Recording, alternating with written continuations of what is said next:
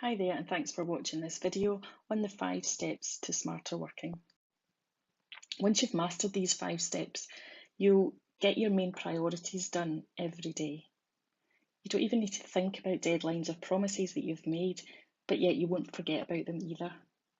And your repetitive tasks will be automated so that you're free to work on other things. My name's Jennifer Lindsay Finnan of River Park Learning and Development.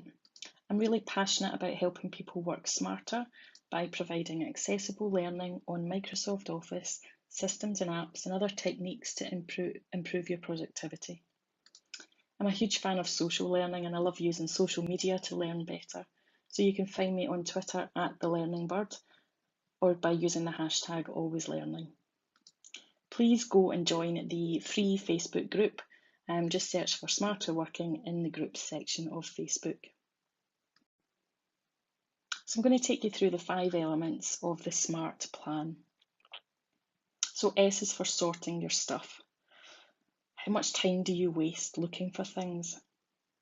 So in a recent survey, it's found that the time workers spend looking for information can, at its worst, be as if 1 out of every 5 employees didn't actually go to work.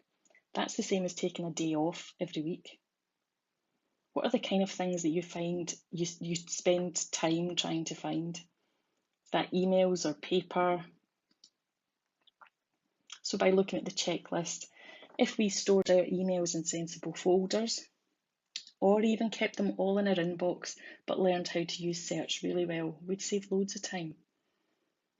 What about organising your bookmarks or using something like Pocket to store really useful websites or those articles that you find but can never find again? Saving your files and documents in sensible folders and learning how to search your computer when you can't find something that you've saved.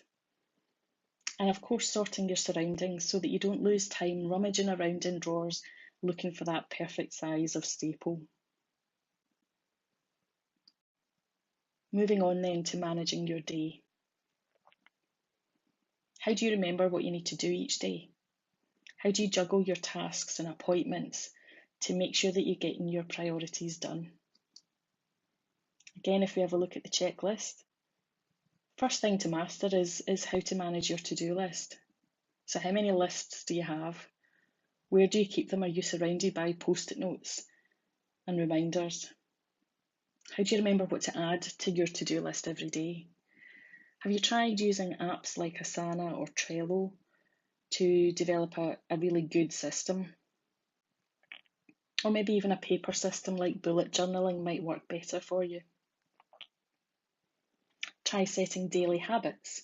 So these are for the things that you want to or should be doing every day. And one of those habits should be reviewing your to-do list. And you might decide to set a trigger for that, for example, first thing in the morning. So the first thing you do every day is review what's on your to-do list and make some changes there. You might want to set yourself a weekly routine so that you're setting regular times for certain things. So like, for example, filing Fridays. So that every Friday you're going to file what's in that pile of stuff to do. And that means that in a few months' time, it won't all have piled up and you won't dread doing it. The last thing on the list for M is to manage your calendar. So try having just one calendar, but keeping it up to date. Set realistic times for appointments. If you know that that meeting won't last an hour, it will last a lot longer, then put it in your calendar for 2 hours or whatever you need.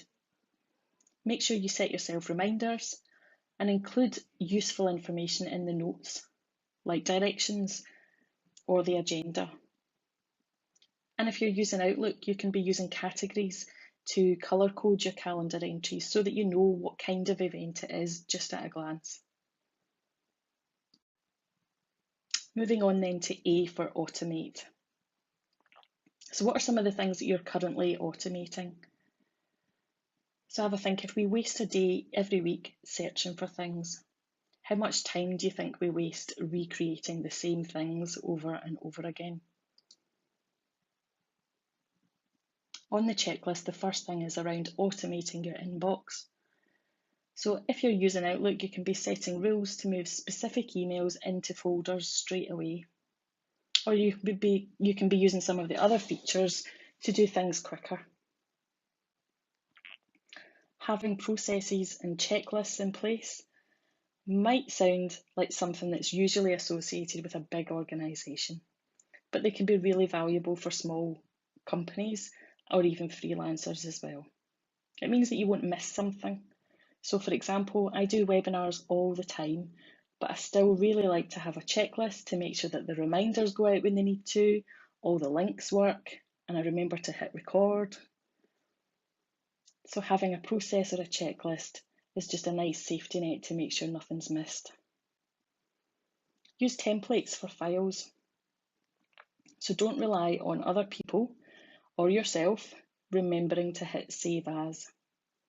Set up proper templates so that they can't be overwritten and store them somewhere that you're going to find them exactly when you need them. You can automate your documents and your files. So depending on the different systems that you use, you should be able to automate certain repetitive tasks. So for example, you could be using building blocks in Word to enter set text, or you could be creating macros in Excel. R takes us on to reviewing what works. So how often do you review how you work? What do you actually do? It's so important to review how we work. So reviewing your goals. Are you still working towards the same goals that you were months ago? Are you still working towards that promotion or getting those different clients or just better work? Review your time. So how productive are you? What are the tasks that are taking far too long? What are the things you keep putting off? What are the things you spend ages looking for? So only really by reviewing your time will you be able to identify where it's going. Review your learning. So we learn every day, from figuring things out as we work to learning from other people or attending training events. But do you actually remember it? Do you implement what you learn? Do you even share it with other people? And finally, review how you work. So ask yourself, is there a better way to do this? Maybe there's been a software update with new features that you've not tried yet. Maybe there's a new, even better app that you could be using. And finally, T, the last element in the SMART plan, T for train to improve. So since you're watching this video, you're probably someone who knows the benefits of developing yourself, and you probably even enjoy it. Let's take a look at some of the things that you can do to make sure that that continues. So first of all, plan your development. Decide what it is you want to focus on and plan out how you'll do it.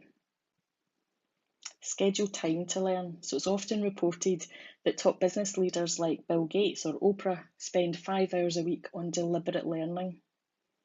That's only an hour a day. It's not a huge amount of time to invest in yourself, especially after we've saved so much time from working smarter.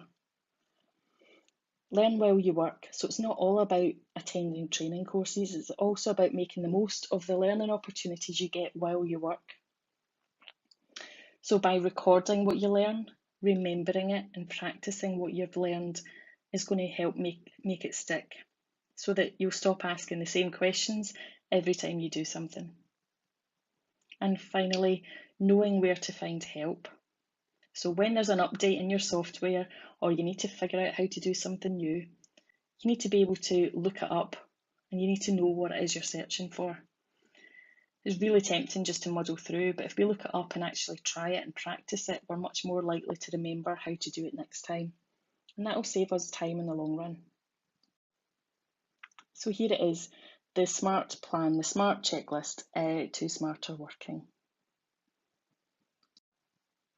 So next steps, of course, is for you to have a go. Work your way through the checklist, identify your gaps, and see what you can do to help yourself work smarter.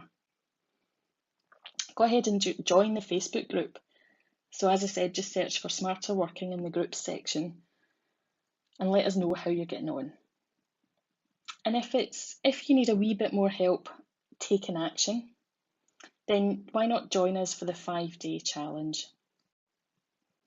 The Smarter Working in 5 Days challenge sends you detailed practical advice every day for 5 days in an email. It includes instructions, tools or resources, so step-by-step guides or links to different tools to try, and of course a daily challenge so that it's encouraging you to put whatever it is you've learned into action. The whole point is to challenge you to change something. So you can sign up for this 5 days challenge at smarterworkinggroup.co.uk. Thank you so much for watching, and I hope that you've learned something new that's going to help you work smarter.